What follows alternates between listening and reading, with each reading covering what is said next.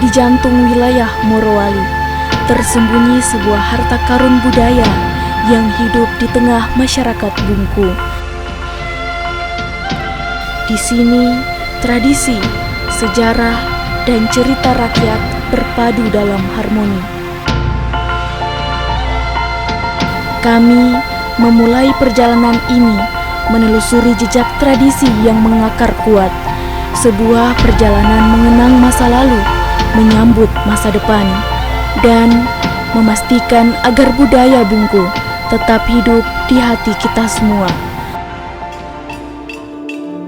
Perjalanan ini dimulai dengan denting irama yang tak lekang oleh waktu.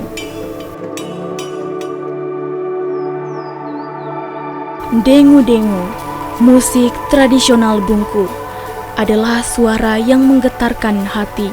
Setiap pukulan dan irama membawa kami ke masa lalu, saat bunyinya menemani setiap ritual dan perayaan. Instrumen ini bukan sekedar alat musik, tetapi cermin jiwa masyarakat Bungku yang mencintai tanah air dan leluhurnya.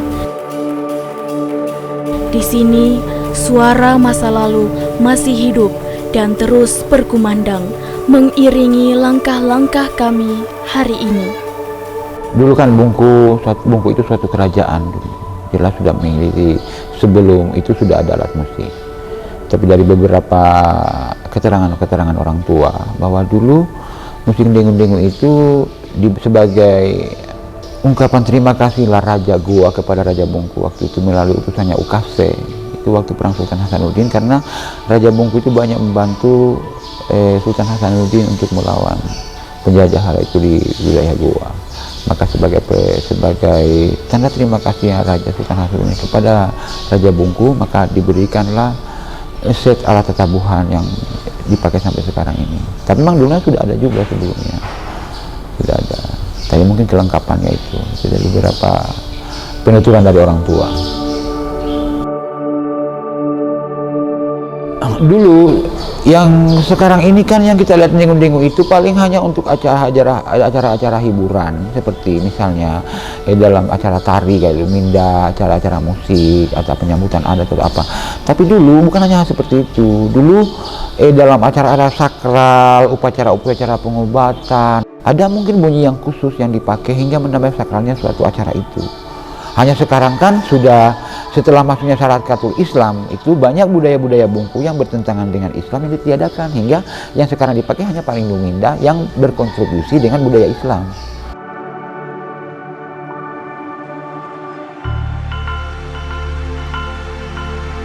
Dari suara menuju gerakan, tari Luminda adalah perwujudan dari jiwa Bungku. Setiap gerakan menggambarkan cerita tentang keberanian, keindahan, dan keharmonisan hidup. Dalam tarian ini, kami menemukan makna yang lebih dalam dari gerak tubuh, bahwa setiap langkah adalah ungkapan syukur, kekuatan, dan identitas. Luminda tidak hanya mengajarkan tarian, tapi juga mengajarkan bagaimana hidup dalam harmoni dengan alam dan sesama. Tari Luminda adalah tari tradisional masyarakat Kabupaten Morowali, Sulawesi Tengah. Tari Luminda pada awalnya sejarah terjadinya adalah di mana tari Luminda ini dipusatkan pada kegiatan penobatan Raja Bungku, di mana setiap ada penobatan Raja Bungku di Kerajaan Bungku dipertunjukkan. Tari Luminda mempunyai arti kata lulu mako atau jalan, sedangkan minda mempindaki atau injakan kaki belakang yang dijinjit. Makna arti yang kuat tari Luminda adalah suatu tari yang berfokus, jalan dengan injakan kaki belakang yang dijinjit pindah secara perlahan-lahan, sedangkan gerakannya mencerminkan tata kehidupan masyarakat sebagai simbol agama etika telah menyatu dalam Kabupaten Morowali. Sebagai gerak yang ada pada tari Luminda terdapat tope somba, tumade samba, lumakako samba, losa-losa, ganda mefunile pada, tumadentina, dan mompangivi. Pada setiap tari tradisional Luminda terdapat nyanyian atau tindi renggo-renggo dan tindi banti-banti. Tindi renggo-renggo adalah sindiran perumpamaan ingin mengucapkan kepada orang lain sesuai dengan hadirnya di mana kita berada pada tari Luminda. Sedangkan tindi banti-banti adalah salah satu bentuk sindiran yang akan diutarakan kepada orang lain. Tindi banti-banti, oh dilae la bela adalah berbunyi sebagai bela la bela la bela. Oh dilae lumpa ngomong karantu fumango kita lufu. Sedangkan tindi renggo-renggo atata ayah konsilon silo omo mata nongeo lampu hapasini lorimu ikahi ohia. Pada pertunjukan gerak tari Luminda ada dua sesi, bahwa ada tari Luminda Tubungku dan ada tari Luminda Adati Tubungku. Tari Luminda Tubungku adalah yang membedakan adalah pada pertunjukan dilae bela la bela, di mana kalau pertunjukan bentuk dari tari Luminda umum adalah mempergunakan dilae bela-bela yang akan berbunyi sebagai berikut. Oh dilae lumpao mo karantu, lumpao mo karantu lebu moto kita lufu. Pada tari persembahan Luminda Adati berbunyi perbedaannya adalah la la la bela lumpao mo karantu, lumpao mo karantu minsu kita lufu. Itulah perbedaan kalau mempelajari tari Luminda. Itu adalah ada tari Luminda umum dan ada tari Luminda Adati. Pada tari Luminda, pada persembahannya adalah diperuntukkan pada penobatan Raja Bungku pada masa lampau dan dipergunakan sebagai tari persembahan, di mana setiap ada tamu yang ada pada Kabupaten Morowali tiba di saat ada penjemputan, maka kita suguhkan tari Luminda persembahan umum.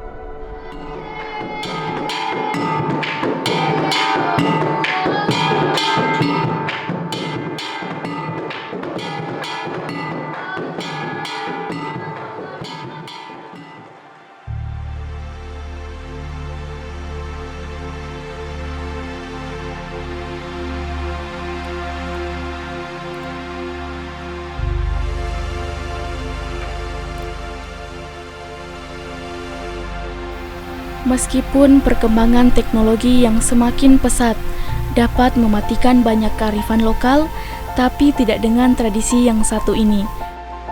Ya, Raha Sampela.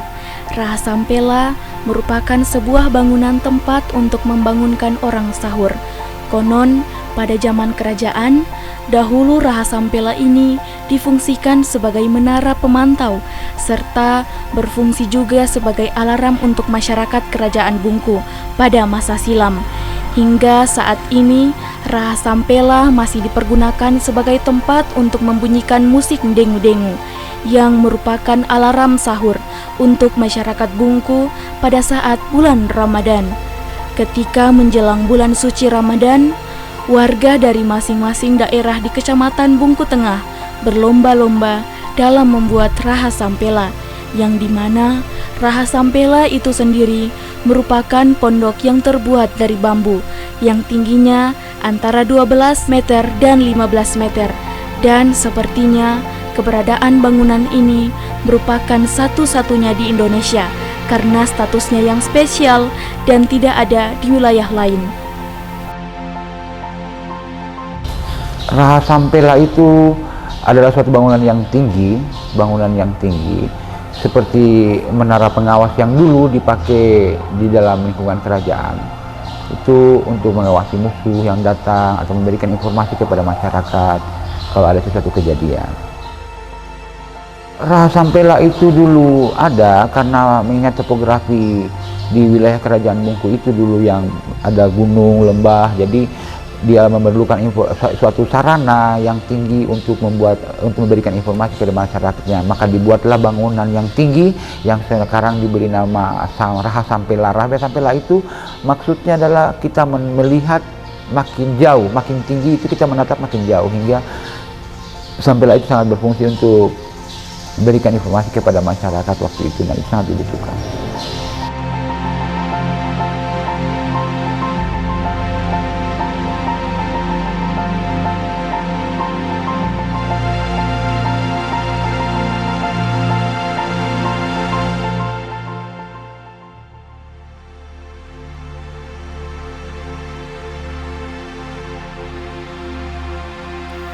Perjalanan kami ke rumah Raja Bungku menjadi sebuah pengalaman berharga dalam memahami sejarah dan warisan budaya di Bungku.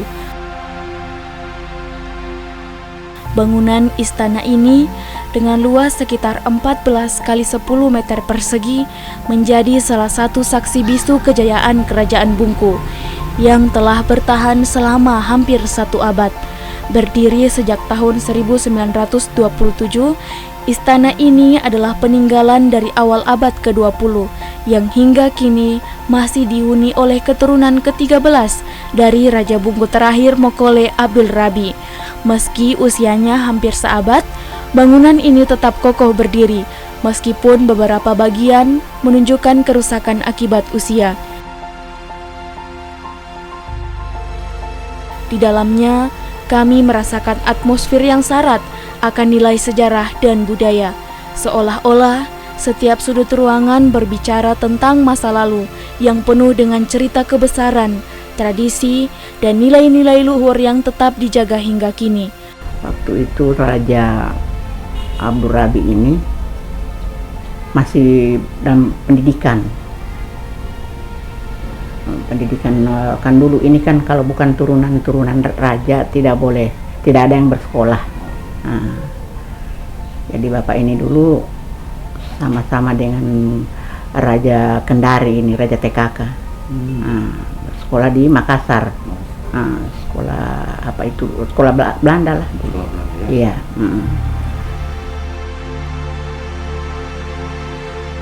Abdul Rabi ini kan dia masih kalau saya ini kan masih anak langsungnya. Oh iya. Iya, anak langsungnya saya. Masih kami ini 11 bersaudara. Iya. 11 bersaudara ini yang masih hidup sekarang ini hanya tinggal kami berdua dengan punya adik perempuan juga.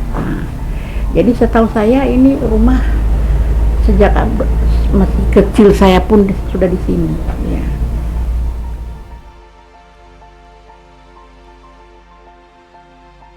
Waktu itu rumah ini dijaga oleh kakak angkat saya, orang kakak Sampe namanya. Itu dari Toraja. Karena waktu itu gerombol Kahar Mustakar ini dulu turun itu mau mengambil orang laki-laki untuk bergabung bergerilya di hutan begitu. Sehingga ini kakak penjaga rumah ini dia bersembunyi. Dia tinggalkan ini rumah. Itulah kemarahan anak buahnya Kahar Mustakar ini sehingga membakar rumah ini waktu itu. Kan habis. Ini tinggal punya anunya saja kan bawahnya ini kaki-kaki. Dari kaki-kakinya itu udah tinggal itu. Ketika direhab kembali ini waktu pemerintahannya Andi Muhammad, Bupati Andi Muhammad dulu.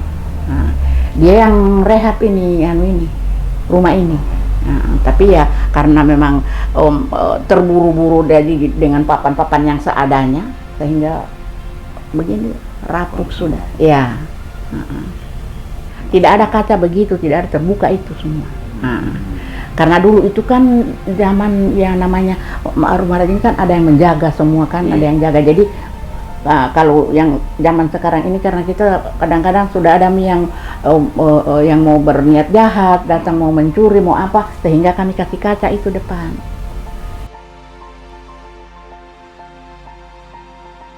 Cermin itu waktu pengangkatan bapak saya raja itu kenang-kenangan dari orang-orang Tionghoa dulu yang berada di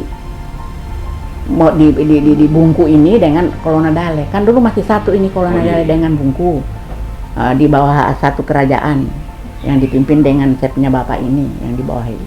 Dua kerajaan Mori dengan kerajaan Bungku. Begitu. Jadi itu merupakan kenang-kenangan. Iya, merupakan kenang-kenangan dari orang-orang Tionghoa dulu itu. Dan itu ada nama-nama mereka itu kan di samping-samping itu ada nama-nama mereka. Dan ada waktu pelantikan itu kan ada cermin itu Iya. Di foto itu. Di rumah aslinya yang waktu belum terbakar ini. Iya. Ini tidak terbakar karena waktu itu saya punya bapak ini waktu kerajaan sudah artinya sudah tidak ada ini kerajaan dulu, kan dialihkan saya punya bapak ini sebagai KPN. KPN itu ya bupati lah sekarang ya, kepala pemerintah negeri. Nah, berkedudukan di Kolonodale, membawahi dua kerajaan, kerajaan Bungku dan kerajaan Mori. Itu. Dan ini dibawa ke sana. Ya, jadi ini sehingga dia tidak terbakar di sini, dibawa ke Kolonodale dulu. Itu cermin, ini termasuk meja makan ini. Ini meja makan ini bisa ditarik panjang ini. Kalau dia ditarik panjang. Tapi ini juga sebenarnya sudah bukan aslinya ini, tadinya aslinya rotan. Rotan ini. Tapi kalau kayu ini masih asli. Kalau kayu ini masih asli. Oh, kursi ini ya. Ya. Meja berarti masih peninggalan. Asli juga. ya. Peninggalan. Dengan ini kursinya ini. Kursi. Tidak terbakar itu karena kami bawa waktu Bapak menjabat sebagai KPN di sana. Nah, ini dibawa ini sehingga itu cermin tidak terbakar ya. Warna-warna itu apa namanya? Ya, itu dibawa ke sana. Kuningan itu semua. Ya. Ya. Keberadaan bangunan ini menambah panjang daftar situs sejarah yang masih dapat disaksikan di wilayah Bungku, sekaligus mengingatkan kita akan pentingnya melestarikan warisan yang berharga ini.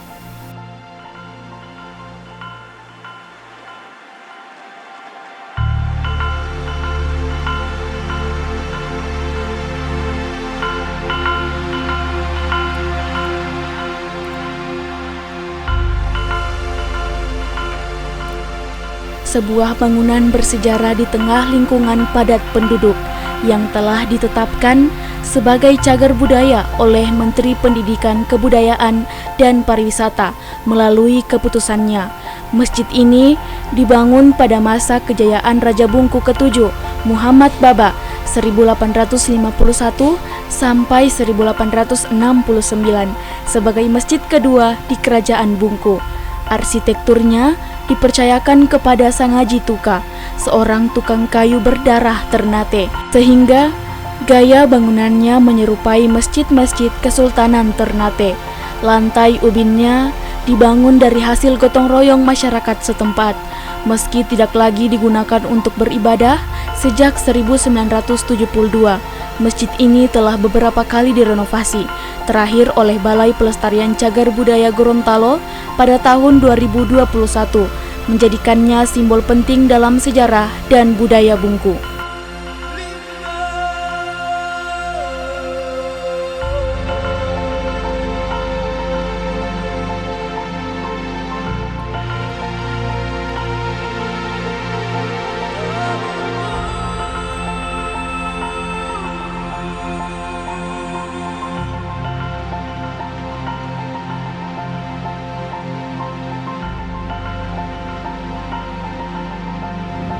Masjid Tua Bungku ini sebenarnya sudah masjid ketiga yang ada sekarang ini. Itu masjid ketiga. Dari masjid pertama yang ada di Pabuntu Bahuntu Bungku yang tahun 1500-an, itu sekitar tahun 1570 sampai 583 lah di sana dia berdiri di sekitaran waktu itu. Kemudian masjid kedua ada di Lanona, dan masjid ketiga yang ada di Bungku sekarang ini sudah masjid ketiga. Masjid ini sebenarnya masjid ini dulu dari bentuknya ini dulu sudah seperti ini, yang sekarang ini sudah seperti ini. Dulu masih dalam Papua Baba itu modelnya hanya berbentuk tiga seperti Kesultanan Ternate dan Tidore. Nanti kemudian dipugar kembali oleh Raja Papua Abdul Rasar Raja Bungku ke-12, baru dibuat seperti model payung ini atasnya. Dulu di atas sana ada bulan dan bintang dulu, tapi zaman kekuasaan Jepang kala itu bangunan itu dihilangkan karena takutnya bahwa dengan adanya lambang bintang dan bulan itu akan memicu persatuan Islam waktu itu seperti di Aceh, itu yang ditakutkan, hingga dikeluarkan. Masjid Tua Bungku ini dulu kan bukan hanya tempat sarana ibadah di sini. Karena kita tahu bahwa Bungku itu kan dia kerajaannya ada dua, ada terbagi dua pemerintahan, ada namanya Bebatu Dunia, ada namanya Bebatu Akhirati. Dulu kan dua pemerintahan, hingga antara rumah raja dengan masjid ini tidak bisa terpisah karena dua pemerintahan di sini. Ada Bebatu Dunia, ada Bebatu Akhirati. Jadi yang berkaitan dengan zakat, hukum itu dilaksanakan di sini.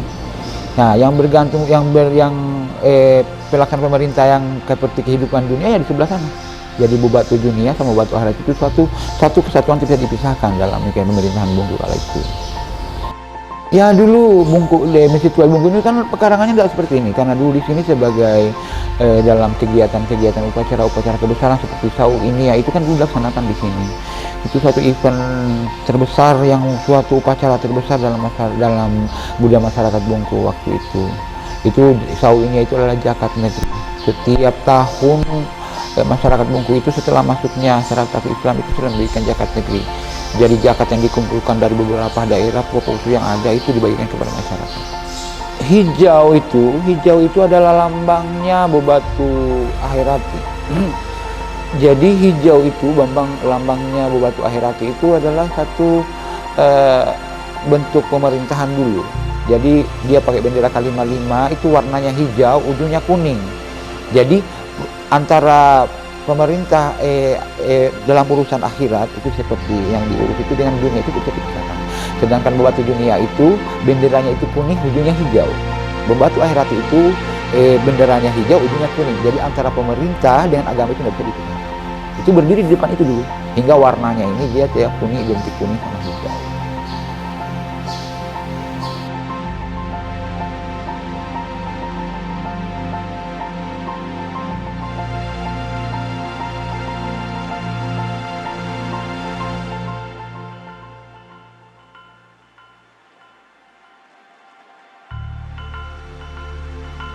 Ada juga situs yang paling bersejarah, yaitu Benteng Fafontofure di Kabupaten Morowali, terletak di puncak Bukit Fafontofure, Desa Bahonto Bungku. Benteng ini merupakan situs cagar budaya yang ditetapkan pada 9 Desember tahun 2022. Nama Fafontofure berasal dari bahasa lokal yang berarti di atas tempat orang banyak, menggambarkan lokasinya yang strategis untuk mengawasi datangnya musuh dari laut. Benteng ini diperkirakan dibangun pada akhir abad ke-15 oleh Raja Bungku Sangiang Kinambuka sebagai tempat pengintaian dan pertahanan. Selain itu, benteng ini juga memiliki peran penting dalam sejarah agama Islam di Bungku. Karena disinilah Raja Bungku pertama kali bertemu dengan Syekh Maulana Ibrahim, seorang musafir yang membawa ajaran Islam sekitar tahun 1470-an. Sebagai hasil pertemuan ini, Raja Bungku dan rakyatnya memeluk Islam. Dan dibangunlah Masjid Maulana Ibrahim sebagai simbol masuknya Islam di wilayah tersebut.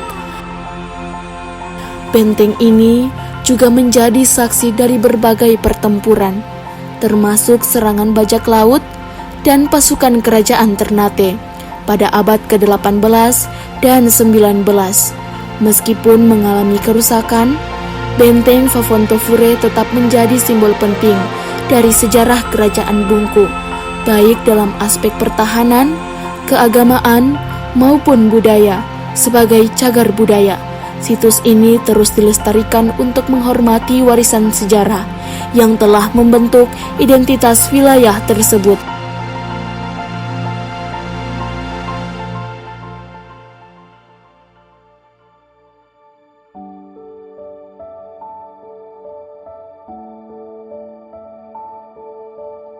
Tibalah kami di Desa Kolono, tempat yang dikenal sebagai asal-muasal dari legenda Gunung Mateantina.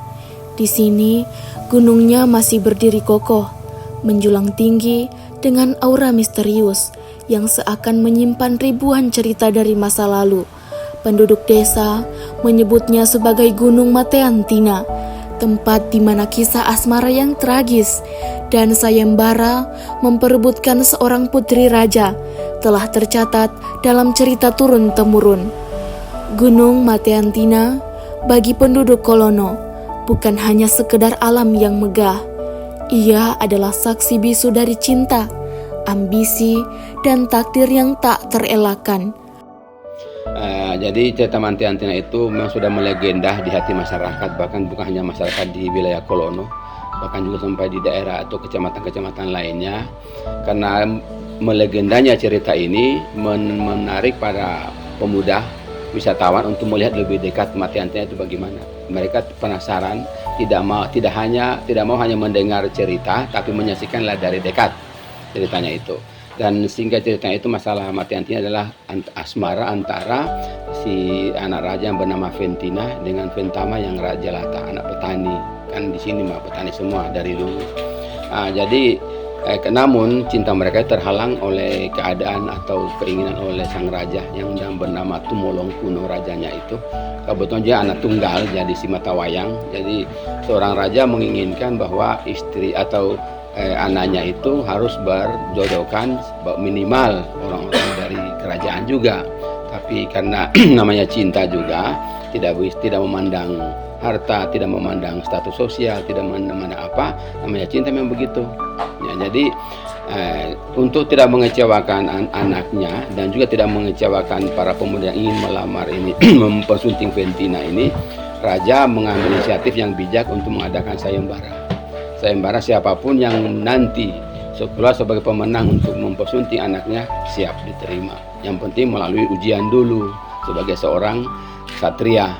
Jadi setelah itu diumumkan sayembara bahwa siapapun yang bisa untuk berlari dari lereng gunung sampai ke puncak gunung sana, dialah yang menjadi bisa mempersunting atau menjadi suami Ventina itu. Dan banyak pemuda yang mendaftarkan diri, diantaranya Ventama dan Veruca. Veruca ini adalah anak raja dari kerajaan seberang yang waktu itu diceritakan bahwa dari kerajaan Buton dalam cerita itu. Tapi tidak ditelusuri juga bagaimana. Hanya di situ ceritakan bahwa mereka itu mengikuti sayembara, dan isi sayembara itu siapa yang mampu berlari dan bisa mampu memegang ujung sarung Ventina, karena Ventina menunggu di puncak gunung, menunggu para pemuda ini berlari. Namun karena gunungnya terjal tinggi, ya dengan semangat apapun mereka ada beberapa orang jatuh meninggal di situ, dan hanya satu yang mampu mendaki dan sempat memegang tangan ujung sarung Ventina, namun dia juga meninggal dalam perjalanan karena ngos-ngosan capek atau bagaimana, atau memang sudah takdir seperti itu. Meski cerita itu sudah berabad-abad berlalu, gunung itu tetap berdiri kokoh, seakan menjaga rahasia dari sayembara yang tak hanya tentang keberanian, tetapi juga tentang pengorbanan hati.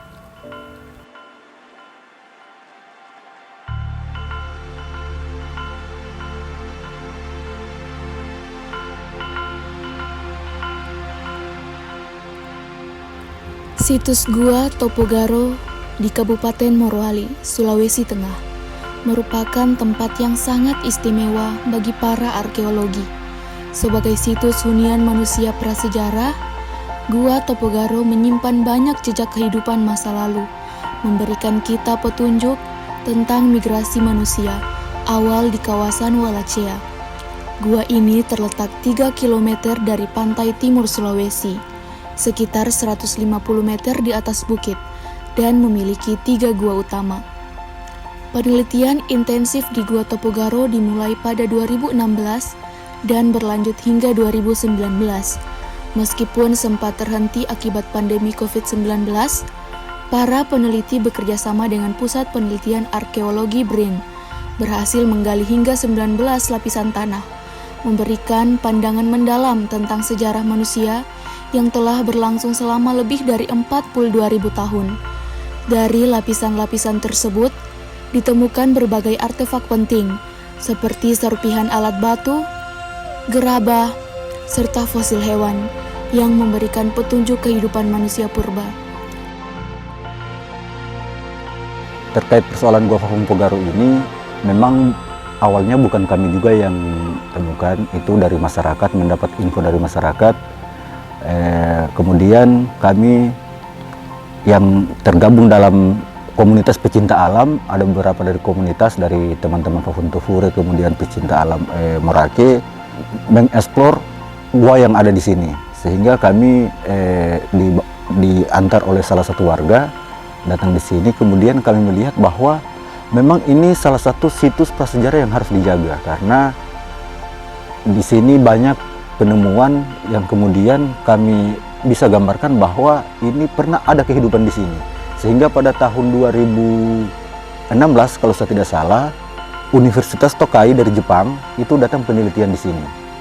Mulai saat itu sehingga terekspos ke masyarakat karena adanya pihak dari luar yang datang meneliti terkait gua ini. Nah, dan hasil penelitian itu menyatakan bahwa setelah 3 tahun 2019 itu dirilis oleh Universitas Tokai bahwa salah satu gua tertua di Sulawesi Tengah itu, gua situs prasejarah yang tertua di Sulawesi Tengah adalah Gua Fakung Pogaru.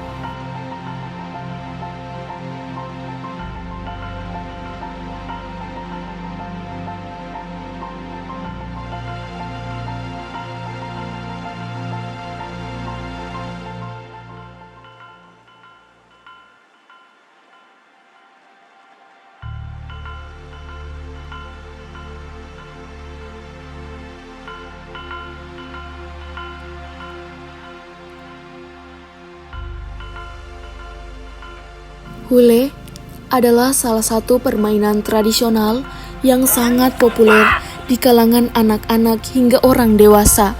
Permainan ini melibatkan alat permainan yang disebut hule, yang merupakan sebuah gasing tradisional yang terbuat dari kayu dan dibentuk secara khusus menyerupai kubah bersusun. Pada bagian leher gasing, terdapat tempat untuk melilitkan tali kecil yang disebut evi, yang terbuat dari serat pohon faru atau waru. Tali ini digunakan untuk memutar gasing agar dapat berputar lama. Permainan mehule biasanya berlangsung dalam siklus yang berulang sampai para pemain merasa bosan dan memutuskan untuk berhenti. Selain memberikan hiburan, permainan ini juga menjadi ajang interaksi sosial yang menghubungkan berbagai kalangan, dari anak-anak hingga orang dewasa. Permainan tradisional seperti mehule tetap hidup dan tetap memegang tempat di hati banyak orang, menjaga warisan budaya yang kaya akan nilai-nilai kebersamaan dan persaingan sehat.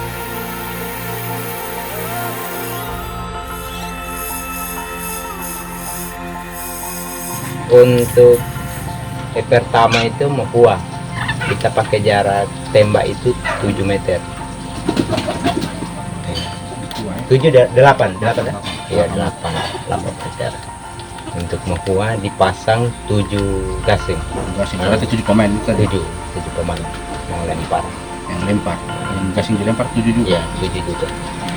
Yang melempar itu kapan dari salah satu pemain tim tadi 7 itu sudah kena, berarti dinyatakan kota untuk melanjutkan proses selanjutnya melempar. Oh, babak selanjutnya? Babak selanjutnya Melempar posisi kita melempar. Di babak kedua ini babak melempar? Ya, untuk melempar, kategori melempar itu untuk satu, kalau kalah dinyatakan 1 poin. Iya, harus dihabiskan, posisi harus dihabiskan yang 7 itu tadi. Ya, 7. Kalau kapan tidak habis berarti kita tukar lagi. Yang lawan lagi yang lawan lagi melempar. Karena cuma 2 babak itu saja ya? Kita sekarang pakai 3 babak. Babak pertama, kedua, ketiga. Babak ketiganya itu? Iya, babak ketiga itu pokoknya penentuannya poin yang dicetak, mana yang tinggi, dia sebagai pemenang.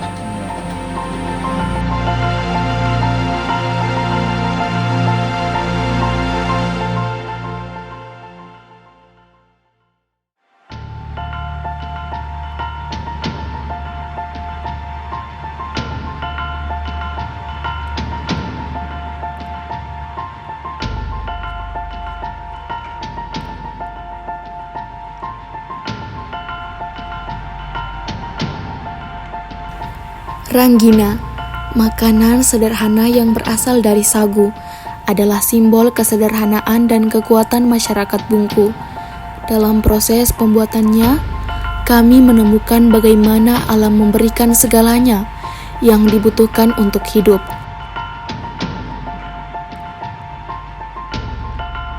Kalau sejarahnya Ranggina di desa Lanona ini, kami hanya meneruskan dari kerjanya orang tua kami.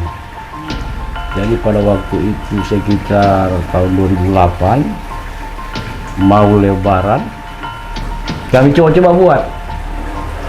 Yang mana dari Ranggina lalu hanya beras dengan gula merah, kami coba lagi racik kembali tambah kacang. Jadilah ini Ranggina kacang. Yang saat itu cuma sebatas coba-coba, tidak ada itu pikiran bahwa ini bisa berkembang lebih pesat. Yang membuat Ranggina pada waktu itu cuma Ranggina khusus beras pulut sama gula merah.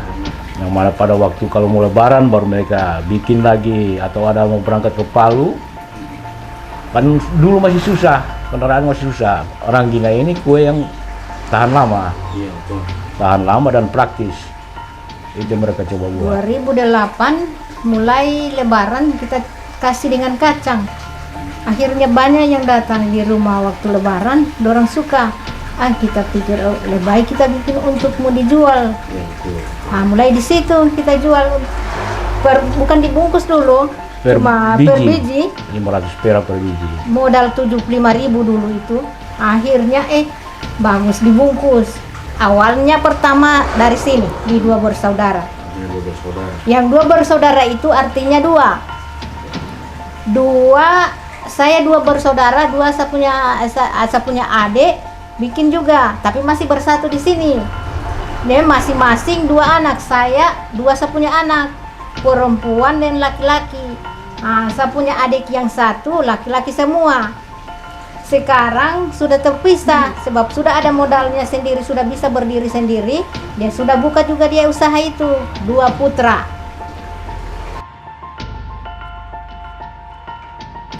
Kalau di budaya secara langsung kami sampai hari ini memang belum pernah melibatkan secara langsung bahwa ini adalah festival yang melibatkan Ranggina. Tetapi ketika selama kami buat kegiatan di budaya ini, yang kami prioritaskan mengundang tamu dari luar itu, ketika mereka mau pulang, yang oleh-oleh yang kami prioritaskan adalah Ranggina. Karena Ranggina ini dapat dipertahankan, dapat dilestarikan kembali sebagai oleh-oleh tradisi yang dulunya hampir punah. Hari ini dengan kerja kerasnya dua bersaudara ini, maka alhamdulillah Ranggina ini dapat dinamakan bahwa ini ciri khas oleh-oleh dari Morowali.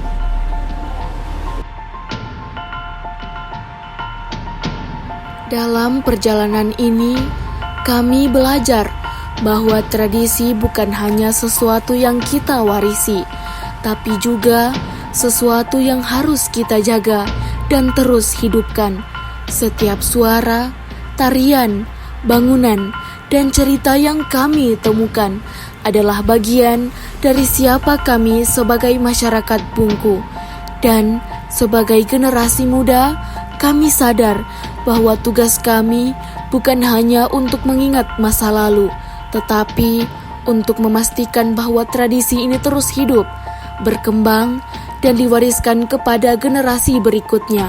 Tradisi Bungku adalah harta yang tak ternilai, dan kami akan menjaganya selamanya.